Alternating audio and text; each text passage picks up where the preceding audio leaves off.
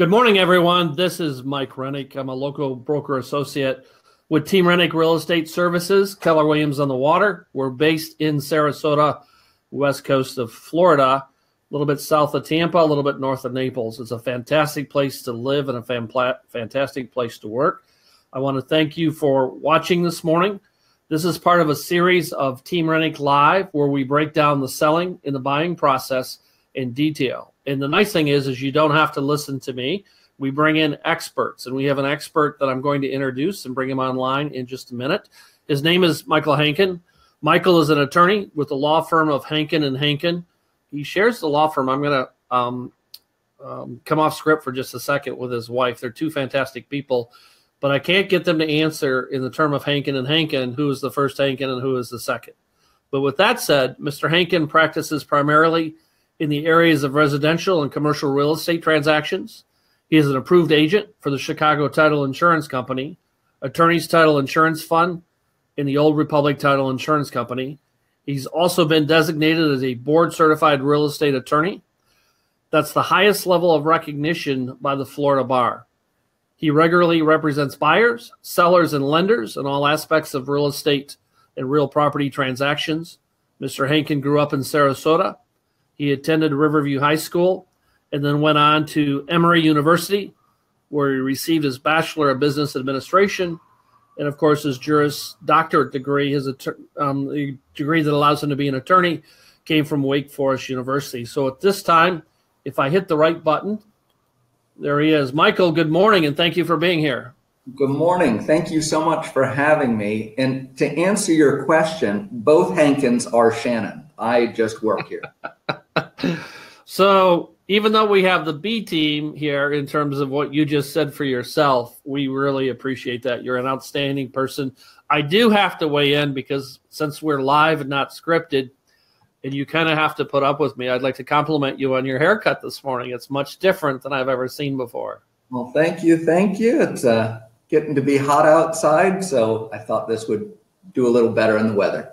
And actually, I'm headed to the barber on Friday, and mine's going to look very similar to yours with just a little bit of length on the top. But anyway, all right, so here's why we're here today. In Florida, many buyers and sellers don't understand there's two contracts that are approved by the state to make an offer. And they have some significant differences. So I asked Mr. Hankin if he would join us today and start talking about the two contracts. So he'll define the names and kind of do the pros and cons and share things like that.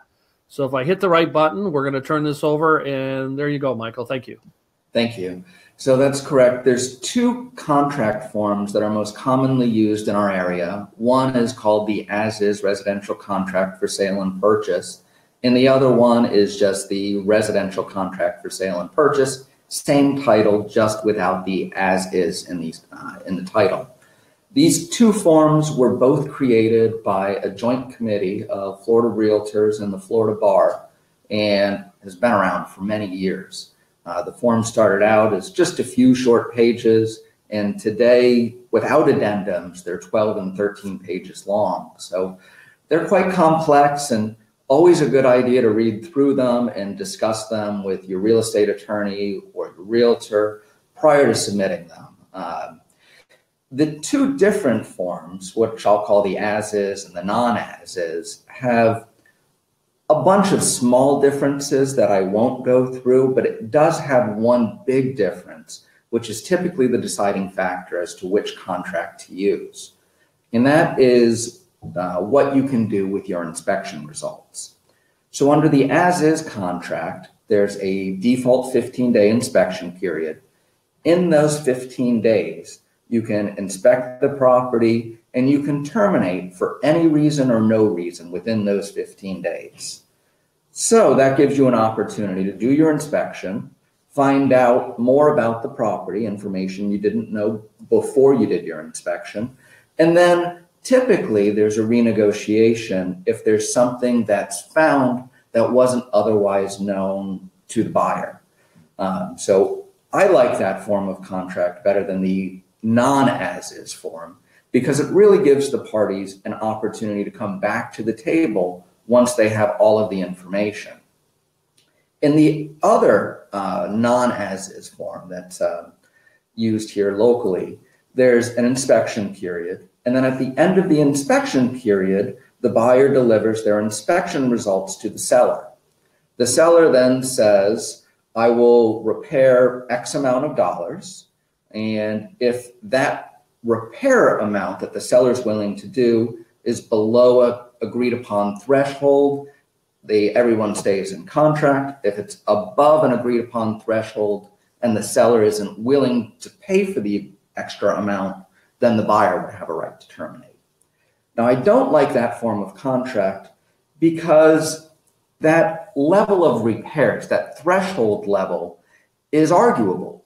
So, for instance, we had a deal a couple of weeks ago where there was an issue with roof trusses. And we had our buyer, whose inspector said, we need all new roof trusses.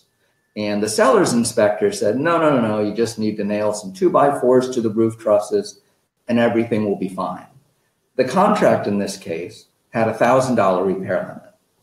So the seller could have done all of those repairs within the $1,000, but not the repairs which the buyer requested, only the repairs the seller was willing to do. So in that particular case, we wound up getting into a dispute as to what level of repairs was required in order to bring the property into compliance. With the as-is contract, you don't have those disputes. You have a 15-day period, you get to make a determination, come to a negotiation, and if you can't negotiate and you can't reach an agreement, you have the recourse to be able to cancel, unlike the non-as-is, where you have that potential for conflict. So that really is as to whether or not you want that right of cancellation or you want the seller to be obligated to repair a certain predefined amount of repairs. I should tell you that in over 80% of the transactions, the as-is form is used. So it is by far the most popular form here locally. And those statistics come from Form Simplicity, which is the tool that a lot of agents use to prepare the contracts initially. So they actually have pretty decent numbers on what forms used. So Michael, let me ask a couple of questions. And first of all, apologize for the folks that are watching or will see the recording. We are live. When I did a couple of screen switches here, it sounded like the sound may have gone haywire for a minute. We are leveraging the latest technology, and generally technology works well, but once in a while there are hiccups. But with a live broadcast, it is what it is. So if that did occur, and if you heard the noises that I did on my end, I apologize for that. Michael, you're doing a great job of explaining. So I like to put people on the spot and ask some very detailed questions. So I've always had a policy on my teams and my companies that as single agents, and as a single agent, that means we actually work for our client and we have a fiduciary responsibility. And we've got a previous show on that. But I would argue, and I would like you to weigh in, shouldn't an agent who's out for the best interest of their client be using the as-is contract on the buy side? I believe so. I think the as-is contract is by and far the most desired. There are rare circumstances where you may want the other particular form, but I agree the as-is contract is by and far the most advantageous contract for a buyer. So the thing that always confused me with the non-as-is is, like you mentioned, there's a repair limit that's agreed up front. So it's difficult getting a buyer and seller to agree on a repair limit when an inspection hasn't been done. And I feel you run the risk of maybe alienating both sides when the inspection amount could be a $50 repair that turns out to be a non-issue. So I just have never been comfortable with that. I've never seen the value of that. And so we've been strong proponents of as-is. Again, I'm going to ask a question that there's probably no answer to, but the name as-is kind of confuses a lot of agents and a lot of clients. Any idea how the as-is name came about on that, Michael? So it's interesting. There's a bit of a dichotomy. Under Florida law, a seller is obligated to tell you anything that they know about the property which materially affects its value and is not readily observable. So that's a seller's obligation no matter what. They have to tell you that all the things that they know which fit those criteria with either form they use. So a lot of people, I agree, see as is and think, I'm on my own, I know nothing about this property, I have to buy it no matter what. And that's not at all the case. The as is instead gives you an opportunity to get all of the information about the property, to do your inspections, make sure you know everything about the property, and still give you a way out after you learn of that information. Again, I can't stress how many problems that as-is contract has prevented over the years. It's really, I think, the best form. So my message to prospective buyers out there, if the agent representing you in Florida, and we're talking about Florida contracts now, the agent representing you doesn't have this discussion, you want to have that discussion with your agent. And if they're using the other contract, I would suggest you're going to want to know why. Again, we only use the as-is within Team Renick because it provides the strongest value, the strongest amount of flexibility to the buyer. Now, here's the key. Quite frankly, the other contract locks the buyer in. If the seller, like Michael shared, agrees to fix the repair and it's under the limit that was negotiated, the buyer has to go through. Well, you get into the issue is what if the fix isn't at the standard the buyer wants? The contract we use, the as-is contract, makes that a non-issue because it says the buyer can walk for any reason whatsoever, and it's at the sole discretion. Michael, this is the only part of the contract I've memorized. It's the sole discretion of the buyer. So that's just my opinion. It's Mike's opinion. Take it for what it's worth. But Michael, anything else to add in terms of the differences of the two contracts?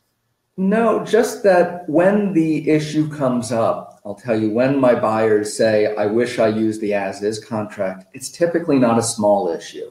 So I mentioned the roof truss issue, which of course was a large issue. We had a similar issue years ago with the foundation.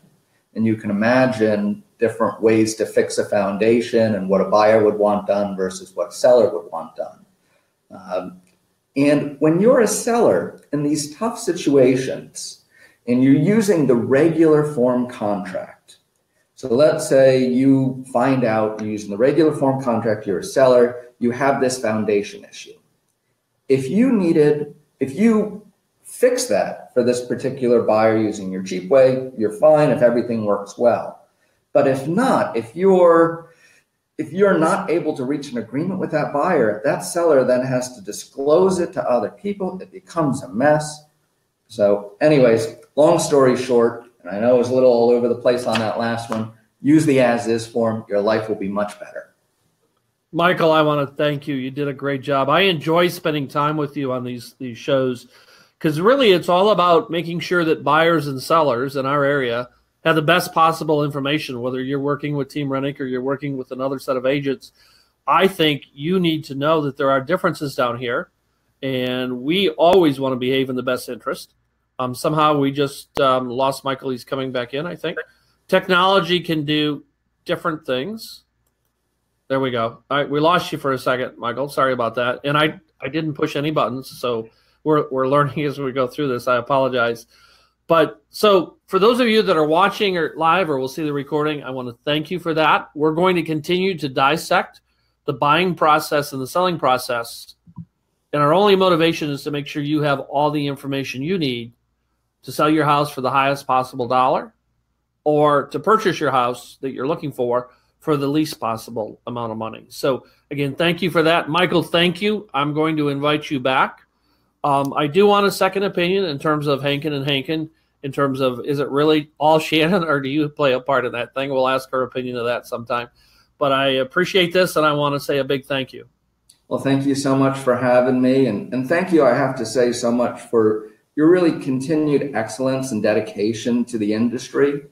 Unfortunately, there's a lot of new agents out there who don't have the same experience level as you. And your attention to detail on issues like this really prevents problems, makes your clients' lives easier, the transaction easier, and frankly, my job as a closing attorney easier. So keep up the good work, and thanks for having me.